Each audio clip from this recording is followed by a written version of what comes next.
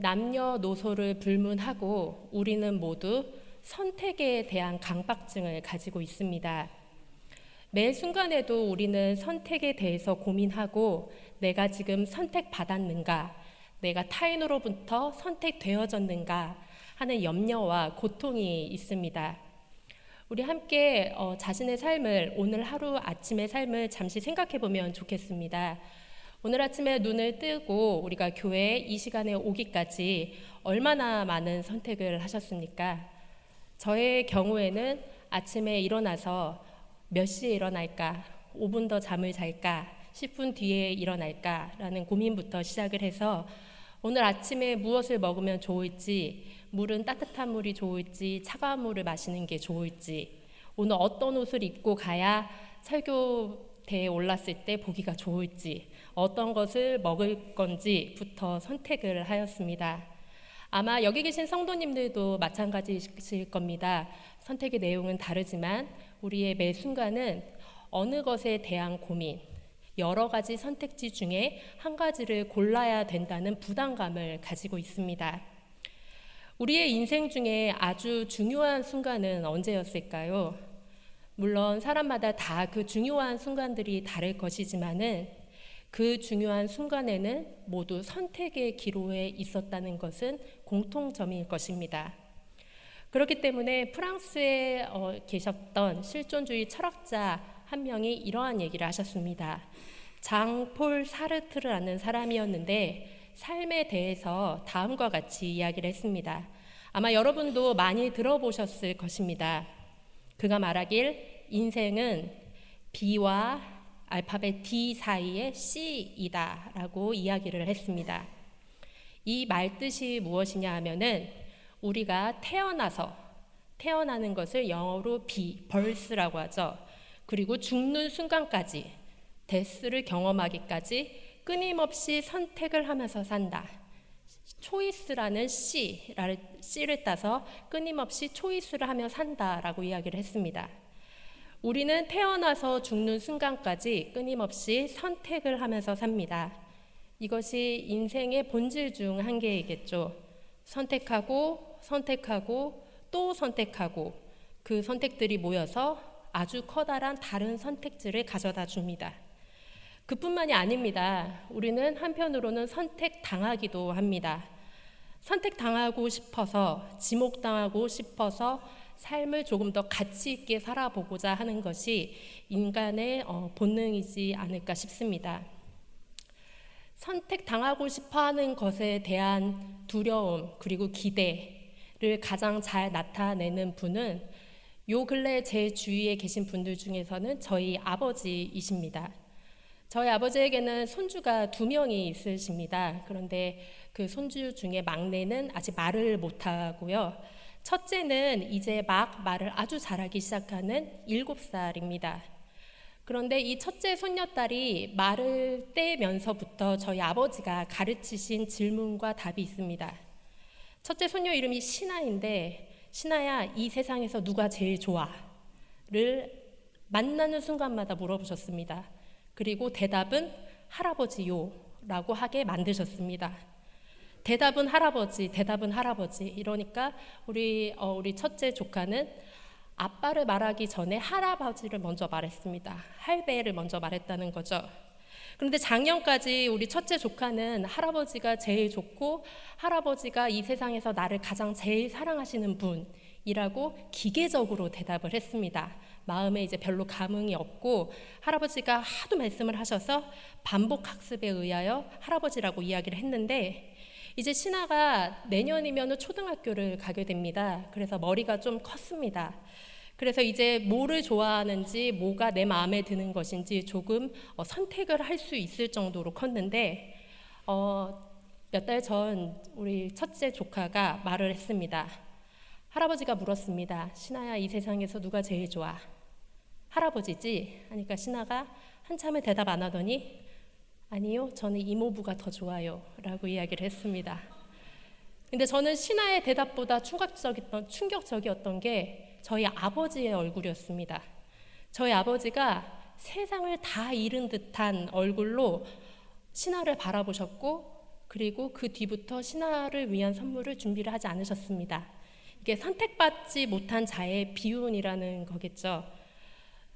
선택받는 것에 대한 우리의 두려움과 기대는 모든 인간들에게 동일한데, 저도 생각해보면 어렸을 때 이러한 일이 있었습니다. 저는 운동신경이 좋지 않아서 체육을 잘 못했는데, 원래 옛날에는 단체 운동을 많이 하지 않았습니까? 그래서 뭐 고무줄 놀이나 아니면 뭐 줄다리기 아니면 뭐 얼음땡 뭐 이런 놀이를 할 때 저는 그때 떨렸던 마음을 아직도 잊지를 못합니다. 그 주전 2명이 나와서 가위바위보를 해서 자신이 원하는 팀원 1명을 이렇게 뽑아가는 경우가 많았습니다. 그런데 가위바위보 하고 어느 사람의 이름을 말할 때 저는 그때마다 오금이 저리고 식은땀이 나고 손이 떨리는 경험을 했었습니다. 왜냐하면 저는 첫 번째로 불렸던 경험이 한 번도 없었기 때문입니다. 그래서 언제나 끝에쯤에 가서 꼴찌를 뽑을 때쯤까지 저의 이름이 불리지 않으면은 저는 너무나 창피하고 친구들 사이에 있기가 힘들고 세상이 나를 버린 것 같은 느낌을 받았었습니다. 어찌나 그 기억이 강렬했던지 지금도 그 생각을 하면은 땀이 납니다. 선택을 받으려면은 우리는 보통 알고 있습니다. 남들과 비교했을 때 뛰어나야 한다. 내가 가진 능력이 특별해야 되고 내가 어떤 사람에게, 어떠한 부분에게, 어떠한 일에게 도움이 되어야 나는 선택받을 거다. 내가 남들보다 훌륭한 점이 있다는 것을 어필했을 때 선택이 될 것이다. 그렇기 때문에 우리는 자녀들이 대학을 갈 때, 직장에 합격을 할 때, 결혼할 배우자를 찾을 때 우리가 어떠한 도움을 주어야 할까 고민을 하게 됩니다. 자녀 입장에서도 마찬가지입니다. 내가 부모님들께 예쁨을 받으려고 사랑을 받아야 되기 때문에 선택을 받아야 되기 때문에 남들보다 뛰어나야 된다는 것에 강박증을 가지고 있습니다.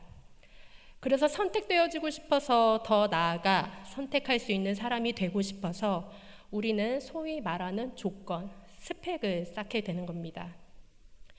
이것이 세상이 말하는 선택의 기준입니다. 때때로 우리는 이 선택에 피로감을 느끼기도 하고 패배자가 되기도 합니다. 반면에 선택을 받았을 때는 당연히 승리자가 되고 쟁취자가 되는 느낌도 얻게 됩니다. 오늘은 우리가 지금까지 말했던 세상에서 갖고 있는 선택, 이 선택에 대해서 이야기를 해보려 합니다. 여러분이 만약에 세상에서 도저히 선택되어지지 않을 자라 가끔 문득 자신을 생각하게 된다면 사랑하는 이에게, 내 사랑하는 부모에게, 내 사랑하는 자녀에게 또는 내가 사랑하는 누군가에게 받아들여지지 않았던 경험이 있다면 그러한 아픔 가운데 지금도 계시다면은 오늘 하나님이 우리에게 들려주시는 성경을 통해 말씀하시는 세미한 음성을 듣기를 원합니다. 우리가 읽었던 신명기는 율법의 반복이라는 뜻을 가지고 있습니다. 그리고 이 신명기는 모세가 직접 쓴 모세 오경 중에 5번째 책입니다. 지금도 이스라엘에 살고 있는 유대인들은 이 책을 훈계의 책이라고 부르고 있습니다. 그 이유는 신명기는 이스라엘의 지나간 역사에 대한 반복의 재확인이고 지나간 날에 주었던 중요한 율법들에 대한 복습이고 이제 이스라엘 앞에 놓여 있는 길, 즉 이스라엘은 현재 신명기가 쓰여질 당시 죽느냐 사느냐 하는 중대한 갈림길에서 있었는데 이 죽느냐 사느냐 하는 갈림길에서 도대체 생명의 길이 무엇이냐라는 것을 가르쳐주는 책이었습니다. 또한 이스라엘 민족의 장래의 운명은 그들 개인의 결단에 전적으로 달려있다는 것을 분명히 가르치고 있습니다. 그러므로 신명기 내용은 앞서 쓰여져 있던 출애굽기, 레위기, 민수기에 주어진 율법에 대한 단순한 복습이나 단순한 반복이 아닙니다. 신명기는 언약의 율법의 중심 내용에 대하여 각자의 인격적 결단을 촉구하고 강조하고 있는 책입니다. 이 안에서 신명기 7장 6절에서 11절 말씀은 하나님 백성의 조건에 대해 말하시면서 우리를 촉구하고 계십니다. 신명기 7장 6절은 다음과 같이 말씀하십니다. 너는 여호와 내 하나님의 성민이라. 내 하나님 여호와께서 지상 만민 중에서 너를 자기 기업의 백성으로 택하셨다. 여호와께서는 이스라엘 백성을 택하셨습니다. 하나님의 성민으로 택하셨다는 말이죠. 거룩한 백성, 성민, 이 단어는 성경 전체에서 신명기에서만 나옵니다. 다시 말하자면 신명기는 하나님의 백성인 우리는 거룩하고 고결한 신분이라는 것을 정확하게 말씀하는 책입니다. 왜 우리는 하나님 앞에서 거룩할까요? 왜 하나님은 우리를 구별하여 고결한 신분으로 만드셨을까요? 하나님께 분명히 우리는 선택을 받았는데 무슨 이유로 선택을 받았는지 혹시 아시는 분 계십니까? 신명기 7장 7절에서 8절에 이렇게 쓰여져 있습니다. 여호와께서 너희를 기뻐하시고 너희를 선택하심은 너희가 다른 민족보다 수요가 많기 때문이 아니라 너희는 오히려 모든 민족 중에 가장 적으니라. 여호와께서 다만 너희를 사랑하심으로 말미암아 또는 너희의 조상들에게 하신 맹세를 지키려 하심으로 말미암아 자기의 권능의 손으로 너희를 인도하여 내시되 너희를 그 종 되었던 집에서 애굽 왕 바로의 손에서 속량하셨나니 라고 말씀을 하셨습니다. 신명기 7장 말씀을 보면은 하나님께서 우리를 하나님의 백성으로 성민으로 택하셨는데 그 이유는 세 가지 정도 됩니다. 첫 번째 이유는 우리가 수가 적어서입니다. 이스라엘 백성은 하나님 앞에 택함 받은 이유가 수가 적어서 약해서입니다. 사랑하는 성도 여러분, 우리가 지금 살고 있는 세상은 힘과 능력을 추구해야 고결한 사람이 되는 시대입니다. 강해야 합니다. 남들보다 뛰어나야 되고 힘도 세야 되고 남들보다 가진 것도 많은 강한 사람이 되어야 우리는 좋은 사람, 훌륭한 사람으로 인식받을 수 있습니다. 그렇기 때문에 사회에서는 약하면 되도록이면 숨기는 게 좋다라고 가르칩니다. 요새 나오는 초등학교 교과서, 중학교, 고등학교 교과서 내용은 인격적이고 인성적인데 그것을 실천하는 모습은 다릅니다. 약하지 않아야 되고 강한 자만이 훌륭한 대학에 갈 수 있고 훌륭한 직장에 갈 수 있다. 이것이 요새 젊은이들이 배우는 학습법입니다.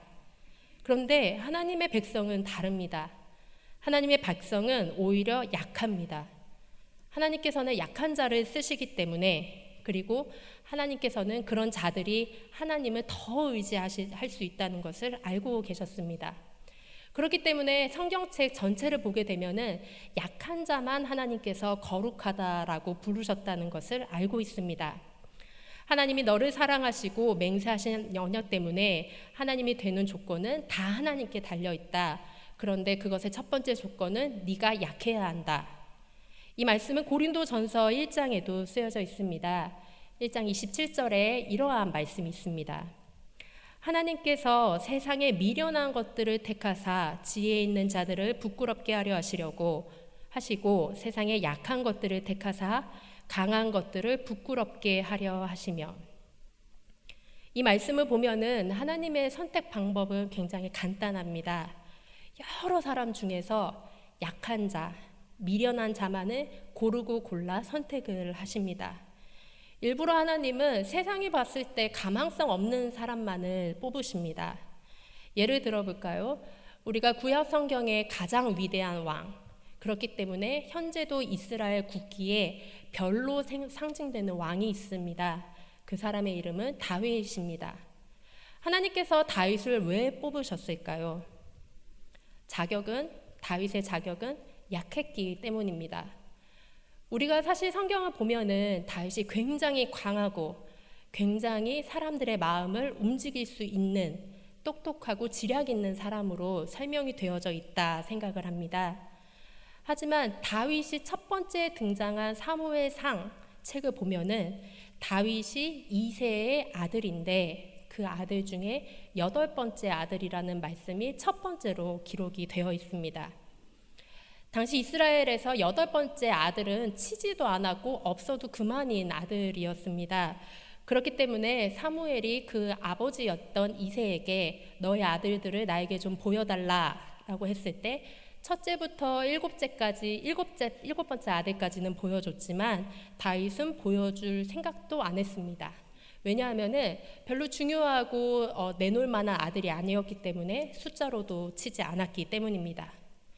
그런데 다윗은 자신의 약함 때문에 하나님을 철저하게 의지했습니다. 세상이 자신이 선택을 하기에는 자기가 자격 없음을 너무나 잘 알았기 때문입니다. 그래서 하나님께서 다윗에게 기름을 부으셨을 때 다윗은 그 기름 부음이 나로서 이루어진 것이 아니다, 나의 힘으로 된 것이 아니다 라는 것을 철저히 알고 있었습니다. 그리고 겸손한 왕으로, 하나님만 의지하는 왕으로 이스라엘의 가장 위대한 왕이 되었습니다. 내가 가진 힘이 아닐 때가 사실은 많습니다. 돈이 힘일까요? 돈이 힘이죠, 세상에서는. 그런데 그리스도인에게 돈 때문에 하나님 섬기는 게 약해지면은 돈이 원수가 되어야 합니다. 내가 학벌이 힘일까요? 청년들을 만나보면은 자신의 학벌 때문에 스트레스 받는 청년들이 너무나 많습니다. 그러면 제가 묻습니다. 학벌이 힘일까? 세상에서는 그럴 수 있지만 하나님 앞에서는 하나님 섬기는데 학벌이 문제가 되면 그것은 우리의 적이다 라고 생각을 해야 된다고 말을 합니다. 내 부모가, 내 자녀가 나의 힘일까요? 내 부모나 자녀마저 하나님께 다가가는데 그 영광을 가리우게 되면은 그들이 나의 우상이 되어서는 안 됩니다. 이것들 때문에 하나님 앞에 엎드러지지 못한다면 과감히 이것들을 미워하고 멀리할 수 있는 용기가 있어야 합니다. 의지할 게 주님밖에 없을 때 그게 정말로 큰 힘이 되기 때문입니다. 그걸로 하나님이 우리를 이끄십니다. 신명기 7장 8절에서 9절 말씀을 다시 한번 보겠습니다. 여호와께서 너희를 사랑하심으로 말미암아 너희의 조상들에게 하신 맹세를 지키려 하심으로 자기의 권능의 손으로 너희를 인도하여 내시되 너희를 그종되었던 집에서 애굽 왕 바로의 손에서 속량하셨나니 그런즉 너는 알라 오직 내 하나님 여호와는 하나님이시요 신실하신 하나님이시라. 강한 사람들은 이 말씀을 이해할 수가 없습니다. 약해야 이 말씀을 이해할 수 있고 마치 예수님 만나길 기다렸던 혈루병 걸린 여인처럼 엎드려질 수가 있기 때문입니다. 약함을 자각하고 인정하는 것, 하나님이 나를 택하신 것을 알면 그제서야 내가 누구인지 알게 됩니다. 그리스도 안에서 약함이 죄일까요? 세상은 약함이 죄라고 가르칩니다. 약하면 세상에서 도태되기 때문입니다. 하지만 주님 안에서는 아닙니다. 약함이 우리의 능력이고 철저히 의지하고 나아가야 할 힘이 되어야 합니다. 고린도후서 12장 10절에 이러한 말씀이 있습니다. 그러므로 내가 그리스도를 위하여 약한 것들과 능욕과 궁핍과 방해와 공고를 기뻐하노니 이는 내가 약한 그때의 강함이라. 어떻게 보면은 우리 영주교회에서 모이는 목장 모임이 이것과 같을 것입니다. 나의 삶을 나누는 것, 내 가정의 약함을 털어놓는 것, 이것이 굉장히 중요합니다. 내가 능력 없는 것이 결국 하나님께로 나아가기 때문입니다. 우리가 매일 읽고 있는 큐티 책도 마찬가지입니다. 저는 큐티 책을 처음 읽었을 때 큐티 책에 나와 있는 간증문을 보고서 어떻게 이런 자신의 치부까지 사람들 앞에 내놓을 수 있을까? 정말 충격적이었고 어쩔 때는 거부감도 들었습니다. 하지만 우리가 고린도후서 12장의 말씀이나 신명기 7장 말씀을 정말로 이해하게 된다면 알게 됩니다. 내가 약할 때 그때 하나님께서 나의 이 약함을 들어 써주시는구나. 하나님께서 이 약함을 가지고 나를 그리스도의 복음의 시작 그리고 복음을 나눌 수 있는 전초기지로 삼으실 수 있겠구나 라는 것을 깨닫게 됩니다. 여러분이 지금 인생 가운데서 한껏 약해져 있으시다면 그럼 그때가 철저하게 하나님께 의지할 때입니다. 약함이 그리스도인의 무기고 강함을 드러내면 경쟁을 유발할 뿐이며 시기와 질투를 일으킬 뿐이라는 것을 우리는 알아야 합니다. 이 약함을 우리가 자랑할 때 곧 다른 사람들에게 위로가 되고 그리스도께서 이 약함을 분명히 쓰실 것입니다. 하나님께서는 이 약한 사람을 리더라고 말씀하시고 그리고 그 리더 가운데로 사람들을 모으십니다. 마치 다윗이 약했을 때 그를 자진해서 그의 백성이 되고 그의 군사가 되기 원했던 이스라엘 백성과 같이 우리의 약함을 제대로 알고 하나님 앞에 내놓는 사람은 하나님께서 원하시는 축복의 통로가 될 수가 있습니다. 그게 하나님께서 말씀하시는 성민의 길입니다. 약함을 아는 자가 되는 우리 영주교회가 되길 원합니다. 우리의 두려움은 승리할 것인가 패할 것인가 고민을 해봐야 됩니다. 이것을 두려워하지 말라는 것입니다. 우리의 두려워하는 것은 단 한 분 하나님만이면 되고 약함을 통해서 하나님을 평가하지 않는 자가 되길 원합니다. 하나님께서 우리를 선택하신 두 번째 이유가 있습니다. 성경에 보면은 하나님께서 우리를 사랑하시기 때문입니다. 사랑을 하시는데 그냥 사랑했다고 말씀을 하십니다. 우리가 세상을 살다 보면은 배우자를 택할 때 여러 가지 조건에 대해서 생각을 합니다. 요새 제 또래 중 미혼인 자들에게 가장 유명한 사이트는 결혼정보회사 사이트입니다. 그런데 그 회사 사이트를 들어가게 되면은 여러 가지 등급을 매겨서 그 등급과 걸맞는 이성을 추천해 준다고 합니다. 그렇기 때문에 요즘 사람들의 사랑의 선택은 등급제라고 보아도 과언이 아닙니다. 그런데 실제로 우리가 그러한 조건 없이 그저 사람을 만날 때, 그리고 우리가 이 사람이 내 배우자일 것이다 라는 것을 느낄 때는 형용할 수 없는, 묘사할 수 없는, 비교 대상이 없는 사랑이 될 수밖에 없습니다. 그리고 여러분들이 자녀를 사랑하는 것도 마찬가지일 것입니다. 내 자녀가 어떠한 점이 아주 뛰어나서 사랑을 하는 것도 아니고 내 자녀가 무엇을 나보다 잘하기 때문에 사랑하는 것도 아닙니다. 자녀는 못나도 내 자녀고 잘나도 내 자녀라고 합니다. 우리 세상은 사실 이성이 아니라 우리가 설명할 수 없는 사랑이 너무나 많다는 것을 깨달아야 합니다.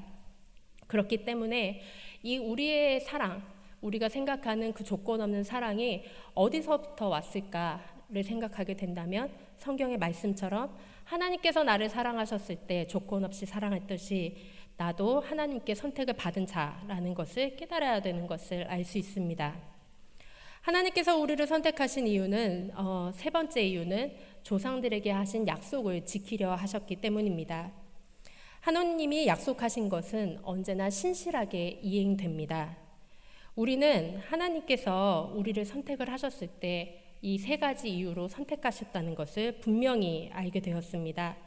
우리가 약해서 선택하셨고 그저 사랑해서 선택하셨고 그리고 우리의 조상에게 약속하셨기 때문에 우리를 선택하셨습니다. 신명기 26장 5절 말씀에 보면은 이러한 구절이 있습니다. 너는 또 내 하나님 여호와 앞에 아뢰기를 내 조상은 방랑하는 아람 사람으로 애굽에 데려가 거기에서 소수로 거류하였거니 거기에서 크고 강하고 번성한 민족이 되었다라는 구절이 있습니다.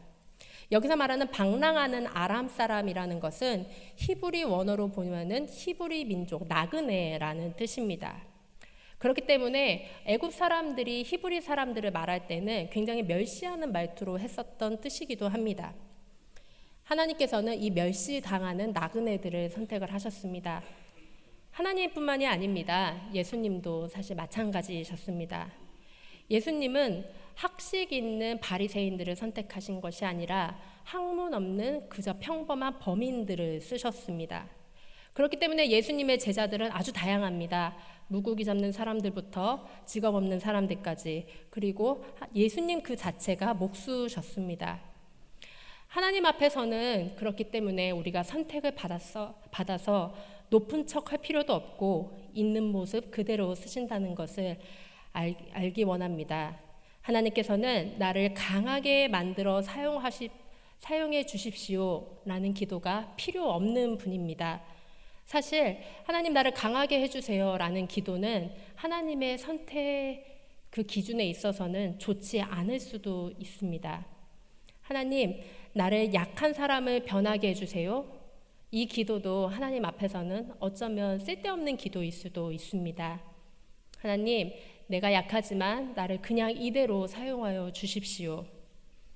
내가 어디에 가서 가면 쓰게 하지 마시고 내가 교회에 가서도 사회에 가서도 내 가정에 가서도 있는 모습 그대로 사용하셔서 하나님께만 은혜 돌리게 하여 주십시오 라는 기도가 하나님께 선택받은 성민의 모습일 것입니다. 그렇기 때문에 이제 우리는 비교하지 않아도 된다는 것을 알게 됩니다. 사랑의 조건을 달 필요도 없다는 것을 깨닫게 됩니다. 사랑의 조건에 없다는 것, 사실 이것은 출애굽기 3장 14절에 가장 많이 나와 있습니다. 왜냐하면은 하나님께서 모세를 만나 주셨을 때 모세에게 하나님에 대한 정체성을 이렇게 말씀을 해 주셨기 때문입니다. 나는 스스로 있는 자다.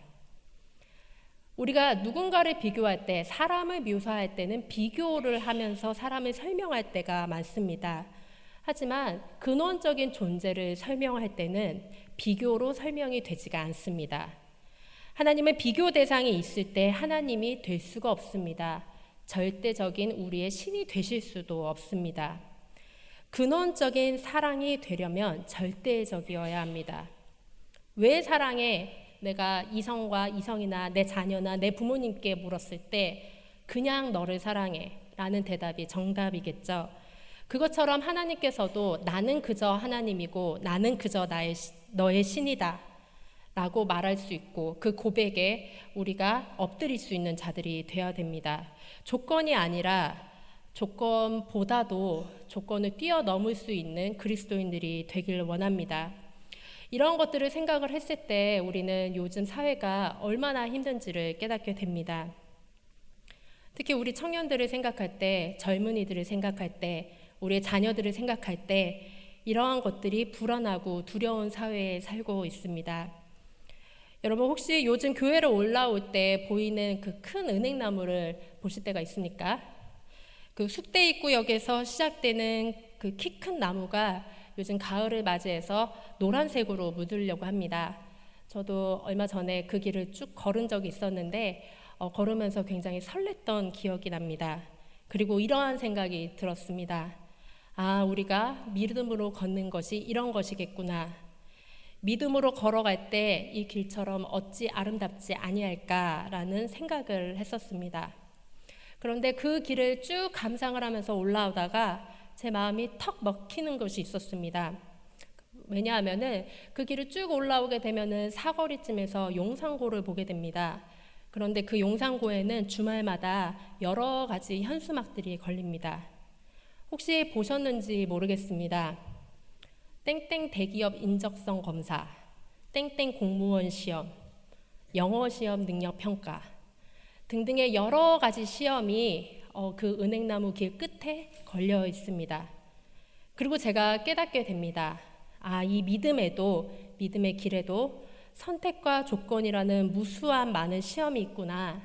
내가 그것을 잘 이기고 걸어야 이 길이 끝까지 아름답겠구나 라는 생각을 하게 됩니다. 로마서 5장 6절에서 8절까지의 말씀이 있습니다. 우리가 함께 교독을 해보면 좋을 것 같습니다. 우리가 아직 연약할 때에 기약대로 그리스도께서 경건하지 않은 자를 위하여 죽으셨도다.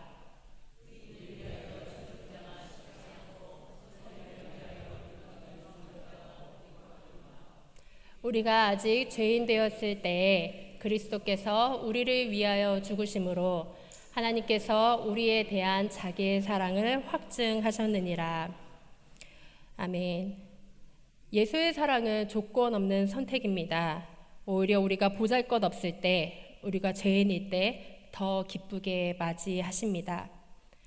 우리를 선택한 이상 우리에게 약속한 것을 신실하게 지키시는 하나님이심을 우리가 꼭 믿길 원합니다. 우리가 그것에 응답하길 원합니다. 인간의 두려움은 조건의 두려움, 그리고 변하는 것에 대한 두려움이 있습니다. 그러나 변함없는 하나님께 근거를 두고 사랑하는 것이, 그리고 하나님의 말씀이 변치 않는다는 것이 우리를 하나님께로 이끌 수 있고 조건 없이 사랑하신 하나님께 대한 화답인 줄 믿습니다. 그렇기 때문에 찬송가 중에 한 곡이 말씀 붙들고 약속 위에 말씀 믿고 굳게 서리라 라는 가사처럼 우리가 늘 행동하고 하나님의 선택에 화답해야 되는 것을 알게 됩니다. 이제 하나님의 선택에 우리는 답해야 합니다. 우리의 믿음으로, 우리의 마음으로, 우리의 행동과 실천으로 답해야 합니다. 신명기 7장 9절에서 11절 말씀입니다. 그런즉 너는 알라 오직 내 하나님 여호와는 하나님이시요 신실하신 하나님이시라. 그를 사랑하고 그의 계명을 지키는 자에게는 천대까지 그의 언약을 이행하시며 인애를 베푸시되 그를 미워하는 자에게는 당장에 보응하여 멸하시나니 여호와는 자기를 미워하는 자에게 지체하지 아니하시고 당장에 그에게 보응하시느니라. 그런즉 너는 오늘 내가 내게 명령한 명령과 규례와 법도를 지켜 행할지니라. 하나님의 선택에 대한 우리의 화답은 하나님이 말씀하신 명령과 규례와 법도를 지키는 것입니다. 하나님께서 말씀하신 명령과 규례와 법도가 무엇일까요? 그것은 예수님께서 말씀하신 대로 가장 큰 계명, 하나님 사랑, 이웃 사랑을 늘 잊지 않는 것입니다. 선택받은 영주교회 여러분, 하나님의 그 선택을 잊지 맙시다. 그리고 오늘도 그 선택에 화답하면서 조건 없이 약한 나를 사랑하시고 아무것도 아닌 나를 사랑하시고 약속을 지키려 하시는 하나님의 선택에 사랑으로 화답하고 대답하고 기뻐할 수 있는 영주교회 모든 성도님들이 되시길 간절히 축원드립니다.